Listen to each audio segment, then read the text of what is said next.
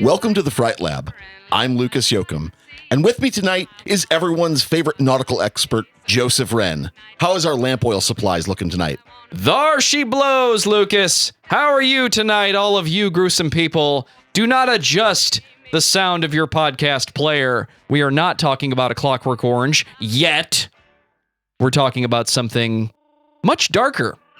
And I feel like I'm putting my foot in my mouth by saying anything is darker than A Clockwork Orange, because that movie and book are fucked up. Faster than you can say, "You like me, lobster, don't you, lad?"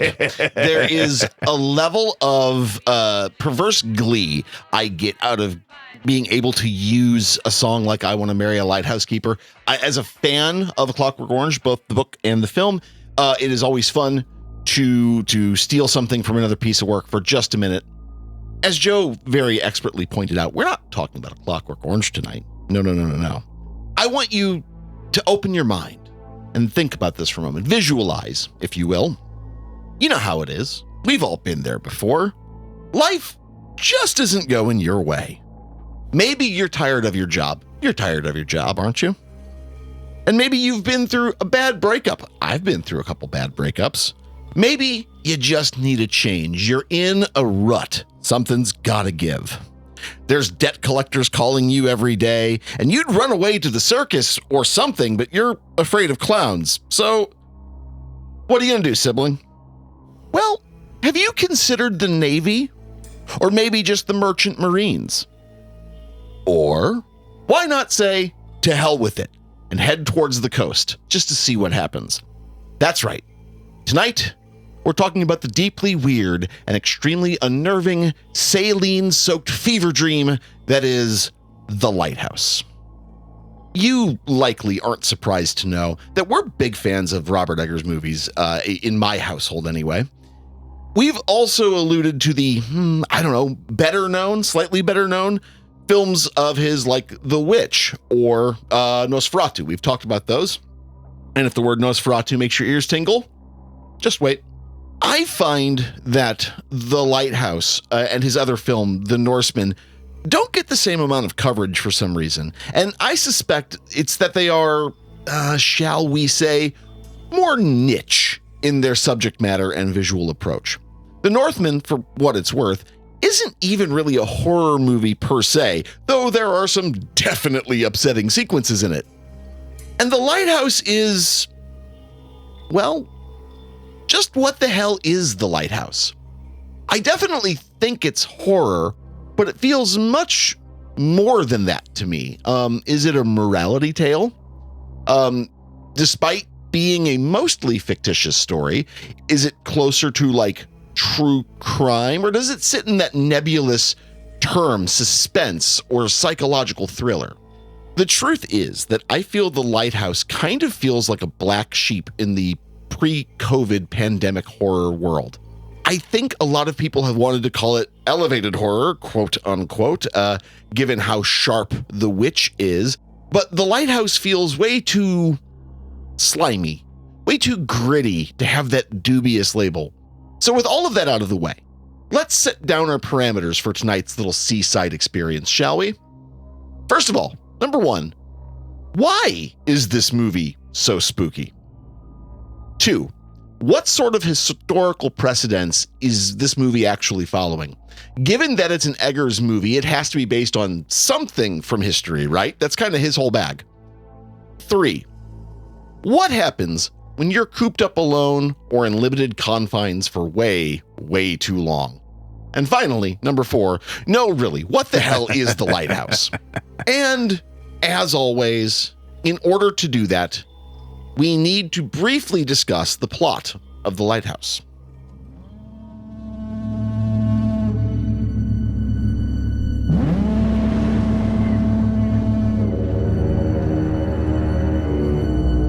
Tell me, what's a timberman want with being a wickie?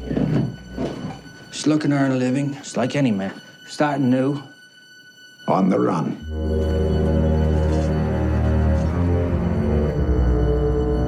Keeping secrets, are you? No, sir. Why don't you spill your beans?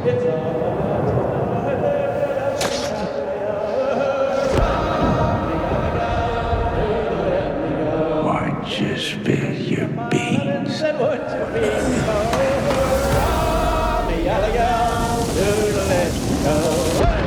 just be you bees.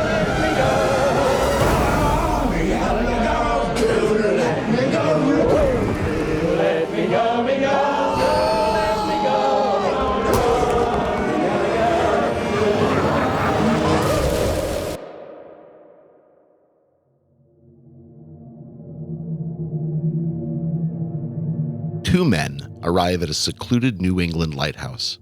They relieve the current two-man staff and will be picking up their work for 3 weeks. In theory, at the end of this time period, they'll be picked up by another ship for some time off, with 2 men replacing them. This two-man team consists of the older and seemingly madcap Thomas Wake and a taciturn junior assistant, Ephraim Winslow. Thomas Wake keeps the light itself burning at night and cooks the meals, while Winslow shovels coal, services the water supply, keeps the lamp oil flowing to the top of the lighthouse tower, and other sundry menial duties. Under the best of circumstances, this would be backbreaking, tedious work, a necessary evil sort of employment that the shipping trade of the day absolutely relied upon. But this is a Robert Eggers movie, and this is an episode of the Fright Lab. This couldn't possibly just be a moody character study about elder-junior relations, the nature of tedium, or how responsibility weighs on individuals. As we are fond of saying on this show, things go awry, and the titular lighthouse ends up becoming seemingly a gateway to personal forms of hell. Okay, great. Sounds like good horror movie fodder. But The Lighthouse is a real sum of its parts sort of movie. Robert Eggers is a talented director who really takes his time with research, insisting on scripts being written in historically accurate language. He also insists on realistic, historically grounded sets. His movies have a look and a feeling, a verisimilitude like no other. Now, the real power of this movie is the cast. Let's talk about the cast for just a second. Thomas Wake, the senior lighthouse keeper, or Wiki, as the old-timey slang would have it, is played by the one and only Willem Dafoe. He's an actor that I could practically do a whole episode on by myself just about him. Few actors do toys in the attic levels crazy quite so well as Dafoe, and I think this role might be one of the best examples of this trope. Ephraim Winslow, the junior assistant in this arrangement, is played by Robert Pattinson. Of all of the actors in modern cinema, Pattinson is one of those rare types of a person really breaking away from character. He started his career in a small role with Harry Potter and the Goblet of Fire in 2005. And for a long time, he was probably best known for playing Edward Cullen, the vampire in the teen romance series Twilight. Now, it won't surprise any of you all to learn that I am not interested in either of those two intellectual properties. Nor have I seen any of the films. I may be one of the last humans who's never seen a Harry Potter movie. I was not aware of any reputation that Pattinson had regarding these films, but the scuttlebutt had always been that he was like a wooden one-note performer. Not a great actor was kind of the way he was always portrayed. But the first movie I ever saw him in was David Cronenberg's adaptation of Don DeLillo's Cosmopolis, and it really rubbed off on me. Like, Pattinson, I think, is a very underrated actor in many ways, and he is very understated in a lot of his roles. But I feel like this movie and his later stuff like Cosmopolis really show off the depth that he can take with films. Dafoe and Pattinson both give shockingly intense performances, really showing like how good both of them really are with this movie. At the risk of gushing about Willem Dafoe as a whole, I think we should do an episode about some of his characters and some of his roles. Boondock Saints comes to mind for me. Film I recently became aware of, Streets of Fire, where he just plays an asshole. And said asshole. I have not seen the movie in its entirety. I literally walked in on Joe watching it. Some people will know what I'm referencing here. He looks like a leather-clad Klaus Nomi. He already looks weird no matter what, but he looks especially weird in this movie. And as far as Robert Pattinson goes, I was definitely a hater for a very long time, but his performance as a very early in his career being a vigilante, the Batman from 2022, if he's a one-note actor, he did a very good job playing the character of someone who is having to stay awake much longer than normal. It kind of plays in his favor of, you're a night owl, you're getting very little sleep, and now you have to go out and pretend to be Bruce Wayne. I mean, it is one of those things where we've all heard of the expression that a film is the sum of its parts. I feel like he and Kristen Stewart, his co-star in the Twilight series, both really got tarred with a bad layer of paint because of those films. Like, listen, I would agree. I've never seen any of them. I've never read the books. It is not in my wheelhouse. That is not the material I'm at all interested in. But I've seen Kristen Stewart in a bunch of stuff. She is the star of a movie we've covered, Underwater. She was in an adaptation of Kerouac's On the Road, which I'm not a Kerouac guy, but I really enjoyed that film, and she does wonderfully in it. She's absolutely mesmerizing throughout the whole thing.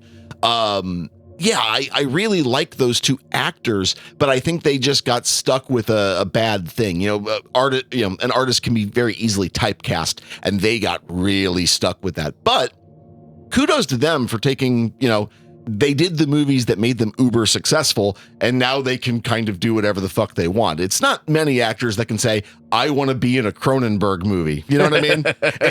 It takes a very special kind of person, I suspect, to want to be in a Cronenberg film, but that's neither here nor there. So back to the Lighthouse. The cinematography, sound design, especially the use of the black and white coloring, really make this movie like a stark, brutal affair. I don't know what you would necessarily call the opposite of a buddy comedy, but I think this is it. The Lighthouse is a great, artful film. We're friends, we're all friends here. We all enjoy these movies. I'm not ashamed to tell you, I really enjoy The Lighthouse. You should watch it if you haven't seen it before now. You should probably also see it before you listen to this episode, but so it goes. But it is one of those movies that I unequivocally recommend to anyone who likes a little brainier kind of horror.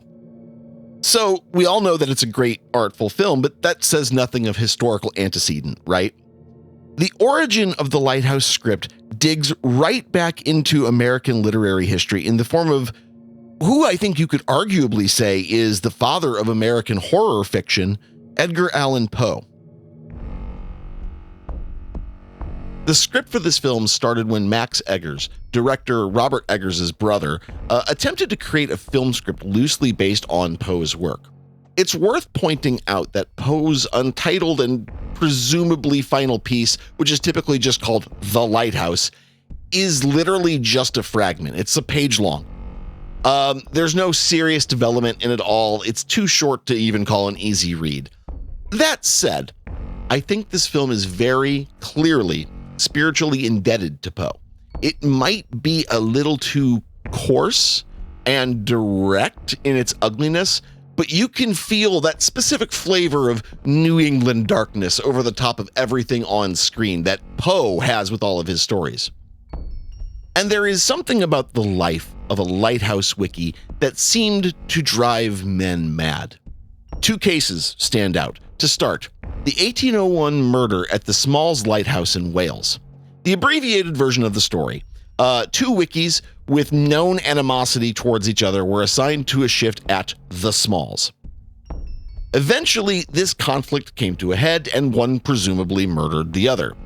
Eventually, however, the isolation drove the murderer mad and he was never really the same afterwards. This incident changed most lighthouse regulations in the UK, demanding 3-man teams to run these sorts of operations and hopefully prevent this sort of isolation-related ghastliness. The other case, occurring at the Fannin Islands Lighthouse in the Outer Hebrides of Scotland, saw 3 men completely vanish from their station, leaving no signs of struggle and a cryptic logbook filled with entries describing bizarre psychological impacts, wild storms, and other strange conditions. Even having a third man on site seemingly did little to alleviate the sheer awfulness of this lifestyle and profession. And you'd think that this wouldn't happen with more than one person, let alone a trio, doing their best to keep the lighthouse going. There should be enough work and reasonable conversation to keep things from going totally pear-shaped in a situation like this, right? Right? Well, of course not. That's a softball question. I knew that when I threw it out there. There is a darkness in the hearts and minds of men, and nothing brings that to the surface quite so effectively as long-term isolation. That is the core value of this film. And it's not the first film to do the isolation punchline. How many people does it take for isolation to not feel so confrontational? You know, I kind of wonder that, right? Because I am, as you know, in my private life, actually fairly introverted. I like routines. I like my little house. I like the confines of a world that I have created for myself. I'm very comfortable in that space. And I like to experiment, and I like to push outwards and try new things. It helps. It's good for you to take risks, as they say. But I can start to climb the walls after a while. I mean, I think definitely for a lot of people, especially in the United States, who we have a very extroverted culture, I think like the events of 2020, a lot of people were forced to stay at home and confront their inner darkness in a way that many people had never had to do before. And I think for me, I lived alone for a long time by comparison to most people I know. Even when I was in steady relationships, they never reached that place where we were ready to cohabitate. So I lived functionally alone for like 14 years or something, right? And so the pandemic for me was not nearly that bad. Like I actually was pretty comfortable in a lot of ways, but I've got to level with you, man. Even I started getting a little wiggy after a while. Now I was fairly lucky. I was living in an apartment building where I had pretty cool neighbors. I know at least one of them listens. Hi, Christy. How you doing? I know what it's like to be very desperate for human contact, but I think I just function better alone than a lot of people do. I'm very comfortable in my own skin. But man, I've got to wonder though, right? Because it's one thing to say, well, I live in an apartment by myself and I have video games and books and movies and all the things I could ever possibly want to amuse myself, versus I live in an 8x8 cube with nothing.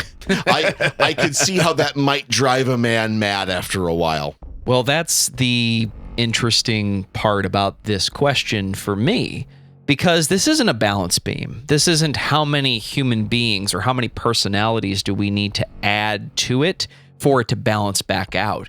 It's a multi-stage balancing act. It's more like a rubber band. How many people need to grab onto that rubber band to keep it from breaking? Because if you're the only person in that room, in that space, in that mindset, or to use the rubber band as the analogy, you might stretch it long enough to break and go insane yourself. But as soon as you add another person to that, it gets a lot easier to stretch that to its limit. And all of a sudden, the most minor of things become the cherry on top of the fight that's been brewing for the longest time. And this is not a commentary on monogamous relationships. It's a question about cohabitation that has no escape. And when you're locked in a lighthouse, this is one of the most isolated scenarios there can be, right? But there's other movies, there's other stories that talk about you're stationed on a watchtower and there's somebody across this giant chasm. Whatever you do, don't talk to them and don't go in the chasm. Eventually, everybody wants to figure out what's in the hole in the ground, right? That can be a catalyst for chaos, but ultimately you're bored and something drives you to not just question the scenario, but question your surroundings and see how far you can push. And someone much more qualified than me is going to say how stressful it is on the human mind to not be able to stretch. There is something to be said for you are forced into a cohabiting situation that you don't get a break from whatever that person's insanity is.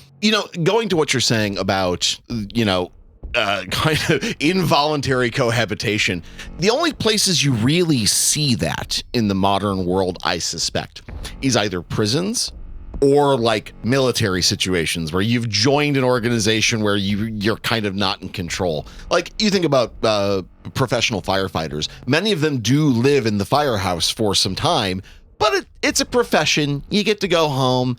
You're not there against your will. And most people who are joining the military are joining kind of, I think, anticipating that they're going to be in with other people. But if you're put in like solitary confinement, that's different than saying, I'm going to take a monastic vow of silence and live alone. I think having agency in the matter is a big part of it. And, despite what your like stereotypical 36-year-old pot-smoking cousin says about living in his parents' basement, humans are incredibly social creatures. We need other human beings, right?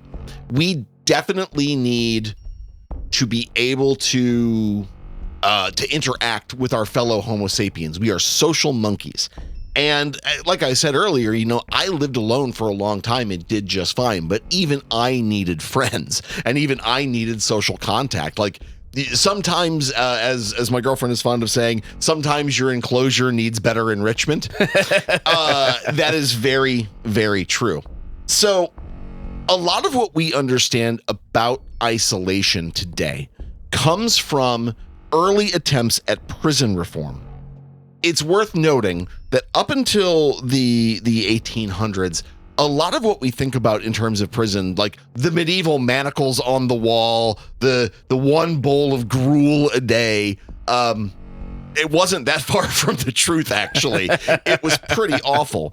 And in America, specifically amongst Quaker populations, there began to be this question of like, well, people are doing wrong and we need to correct them. How do we do that? So, as it turns out, there began a movement towards the idea of the penitentiary, a place of penance.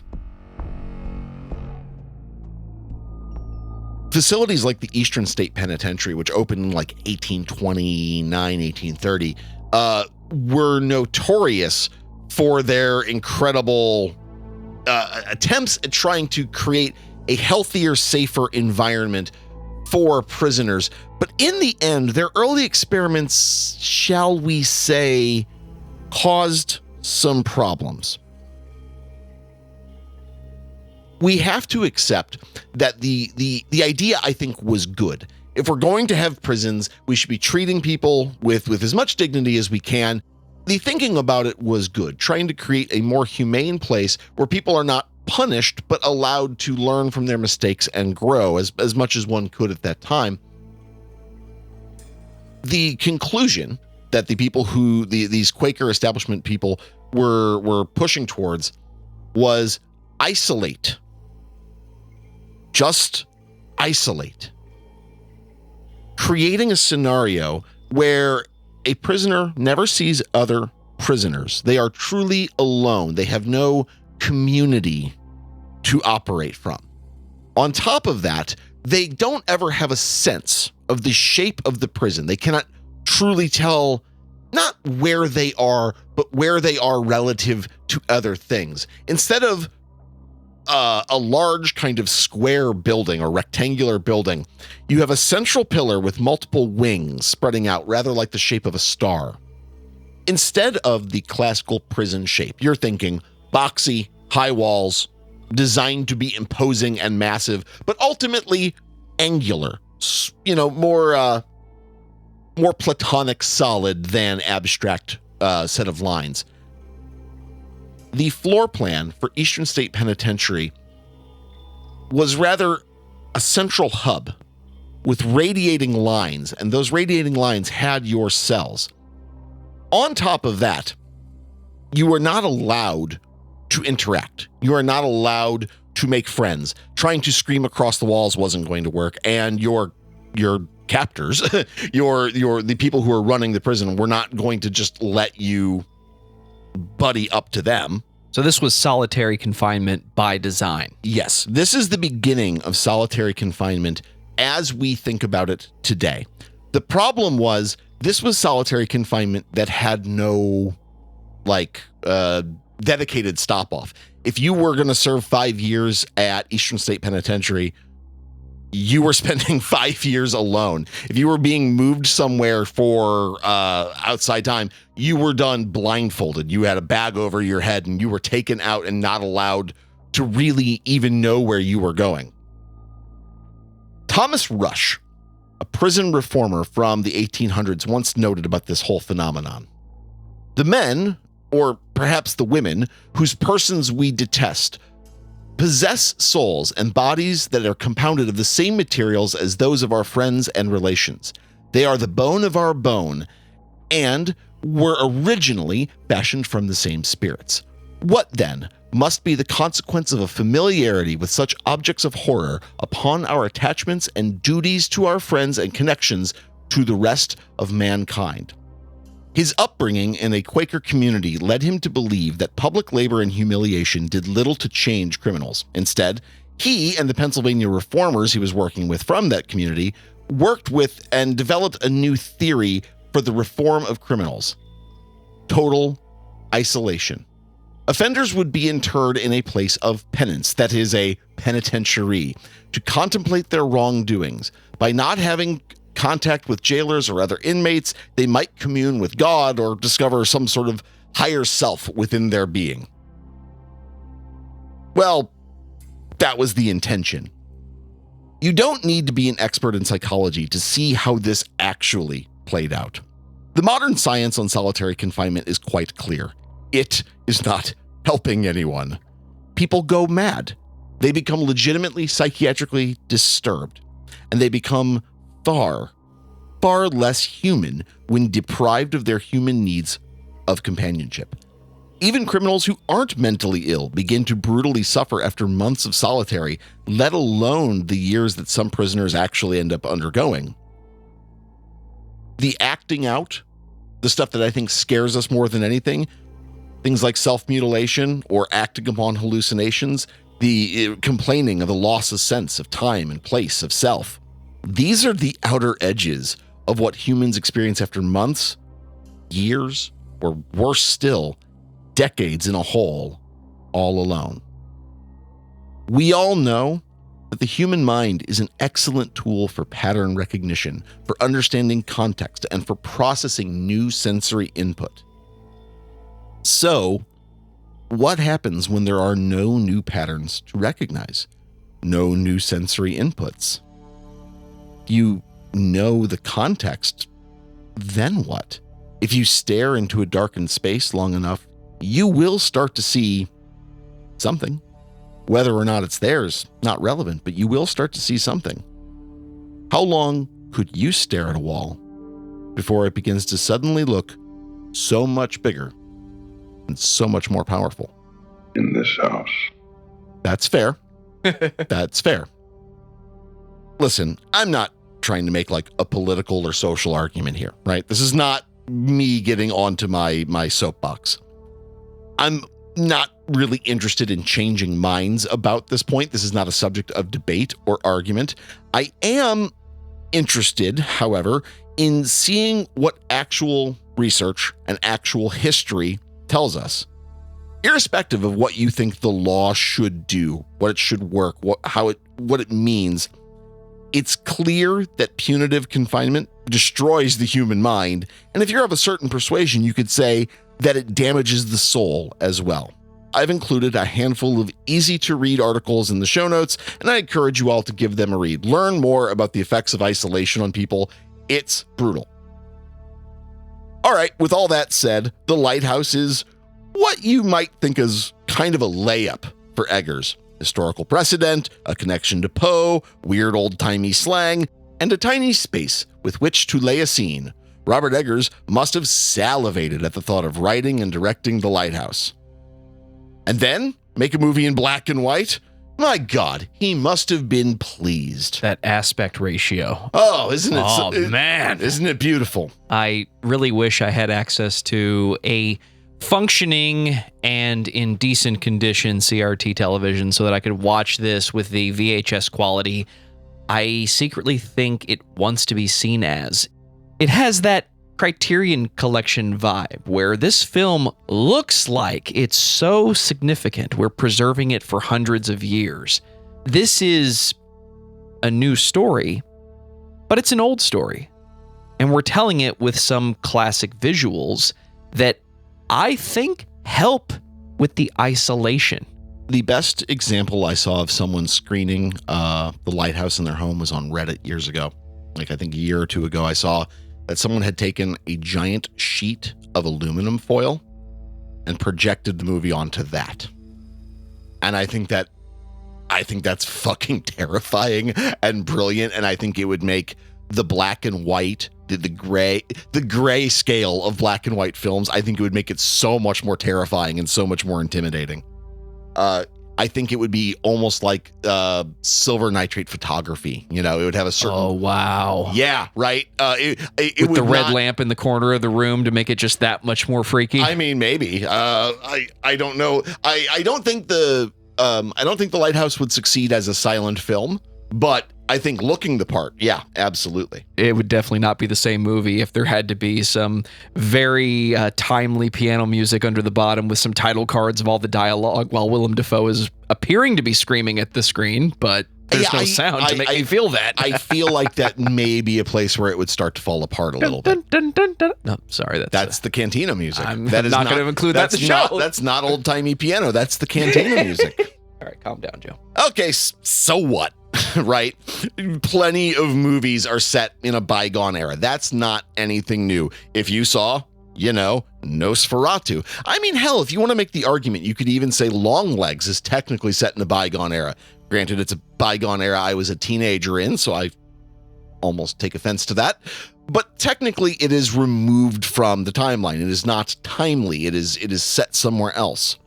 Black and white, okay, yeah, that adds historical impact, and that's not doing anything new. So why then is the Lighthouse so damned off-putting? Do we really need Willem Dafoe ranting after a lobster dinner? Now, fans of the show already know this is a straw man. We did need Dafoe ranting about lobster dinners, and I am just the first person brave enough to say it after all. What am I talking about?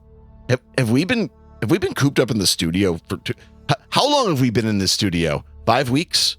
2 days? 15 years. Feels like it. Wait, what? When you hear the sound of the bell, you will look to your left. Joe, I'm not hypnotized.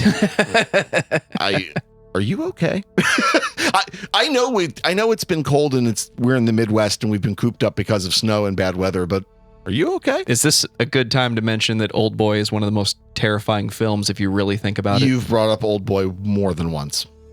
Okay, so yeah, we've probably been cooped up in here a little too long.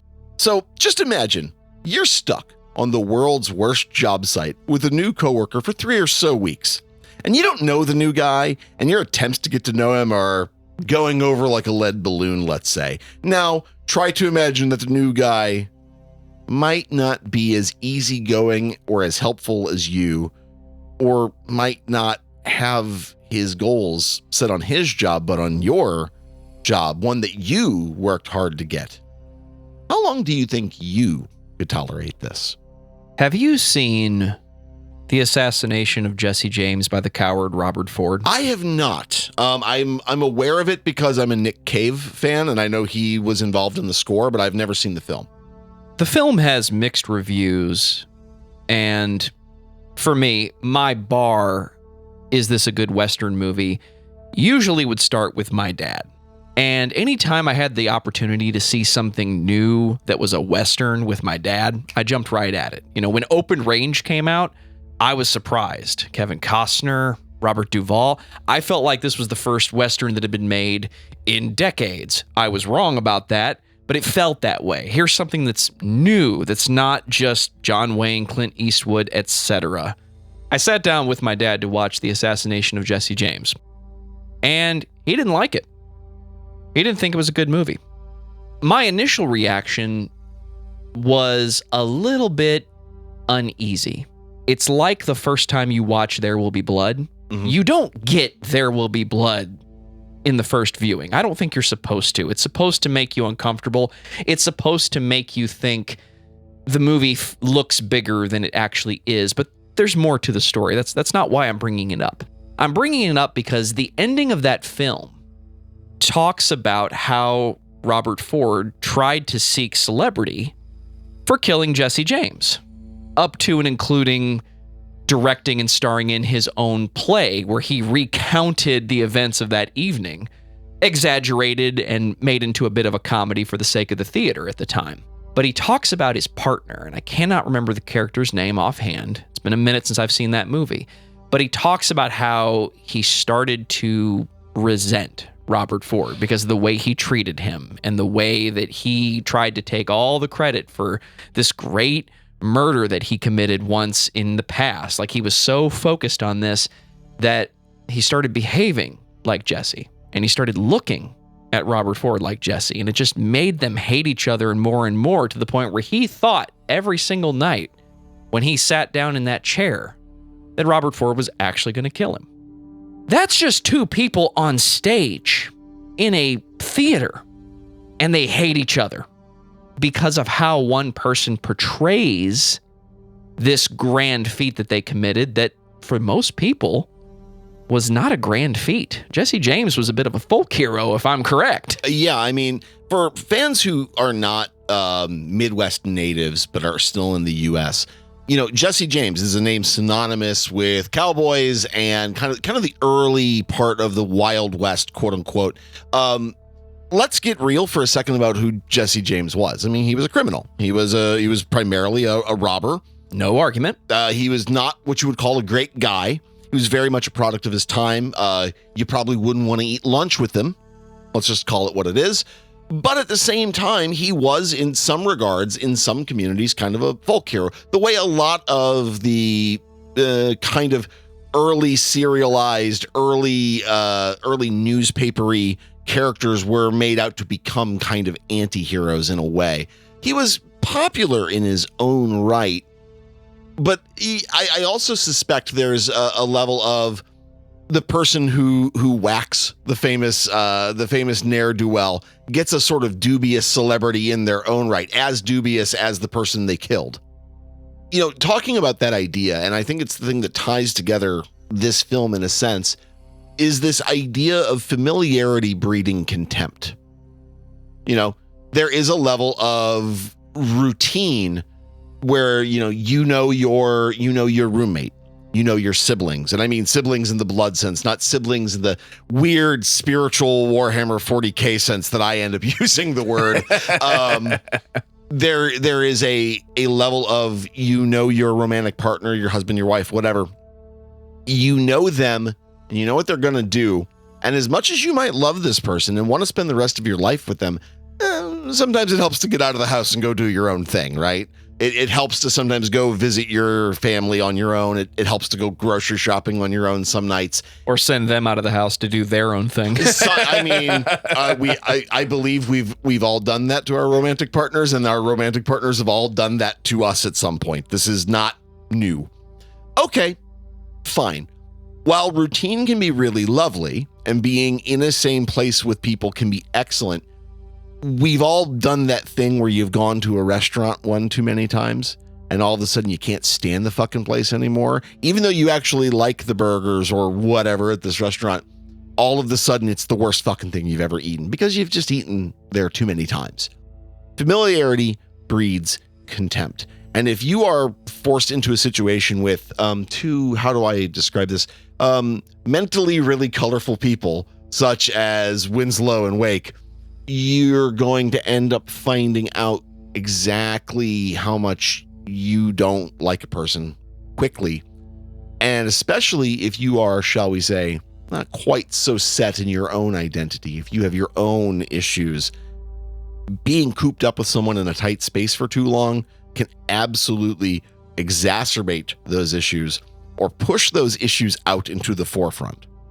Okay, Fine. Familiarity breeds contempt. Well, what does that mean for The Lighthouse, right?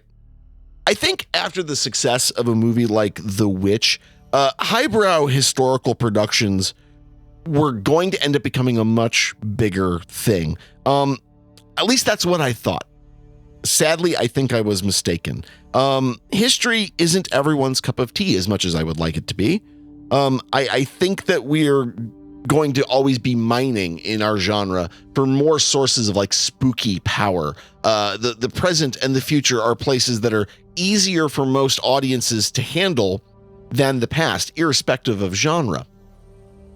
The Lighthouse is a very particular strain of horror, and it's likely not for everyone. I've seen people call it folk horror, but I'm not sure if that's correct. I'm not sure if this movie is folk horror, at least not in the strictest sense of the word, right? It shares some historicity with a movie like Witchfinder General, or for that matter, The Witch. But it isn't about dead gods or old cults or the modern colliding with the ancient. Sure, The Lighthouse deals with the madness of isolation and the deterioration of the self, but it's not just psychological horror, right? I think about a movie like Henry, Portrait of a Serial Killer. Terribly gruesome film, really awful in a lot of ways, but it is kind of a cool character study. A little lacking on the historicity. It's claims to be based upon a true story, or shall we say a little scant in accuracy. But as a character study of Michael Rooker as Henry, it is really interesting to see someone coming apart at the seams a little bit. But that's not it, right? Like, history only holds so much for a lot of people. And I think the Lighthouse is trying to deal with bigger things, and it deals with the madness of isolation, the deterioration of the self. Again, yeah, but again, it's not psychological horror and it's not folk horror. What is it? I think it deals kind of with the nightmares of nautical culture. There is something about the sea that's really terrifying. We've talked about that before. And it, frankly, almost to me feels like cosmic horror, right? There's something Lovecraftian about the lamp, but it's not cosmic horror, right?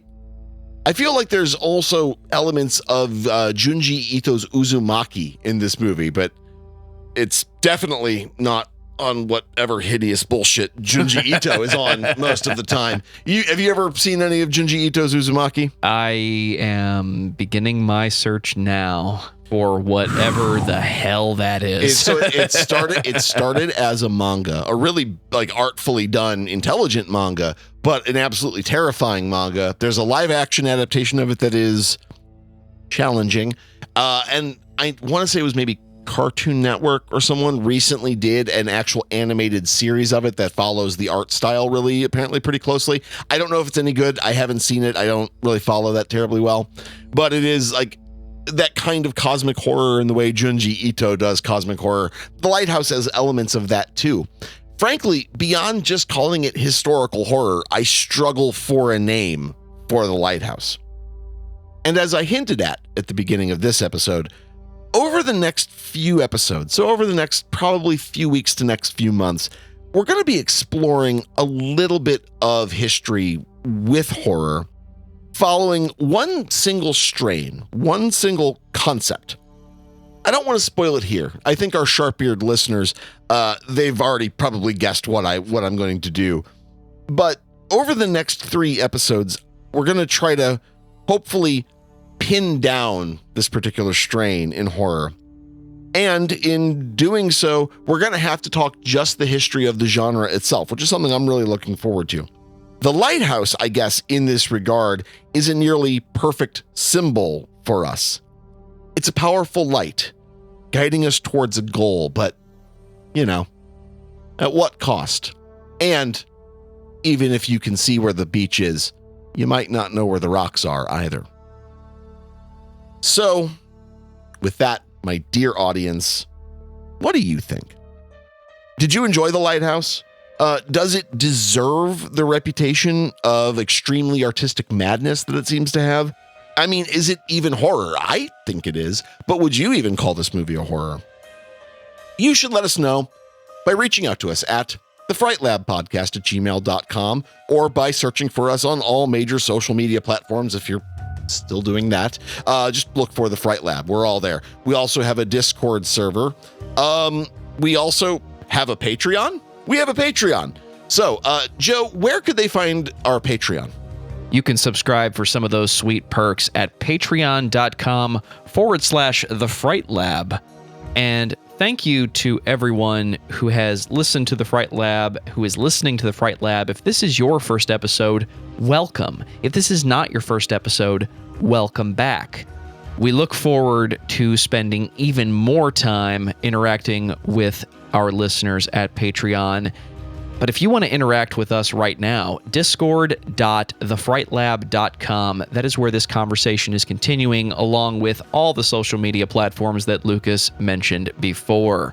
Also, Joe, I know, is a man of many parts like myself. Joe, where could people find some of your other projects? Put me on the spot if you must. If you are a fan of heavy metal topics, heavy metal subjects, and heavy metal bands, you need to be listening to all the podcasts we are creating at discussmetal.com. We talk about your favorite bands, my favorite bands. Lucas and I just recorded an episode about Author and Punisher that is truly rumbling, as it were. Mm-hmm.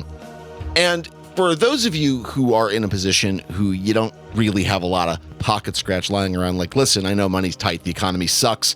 I know that it might be daunting that you can't contribute to anything. Let me tell you something. This is 100% true.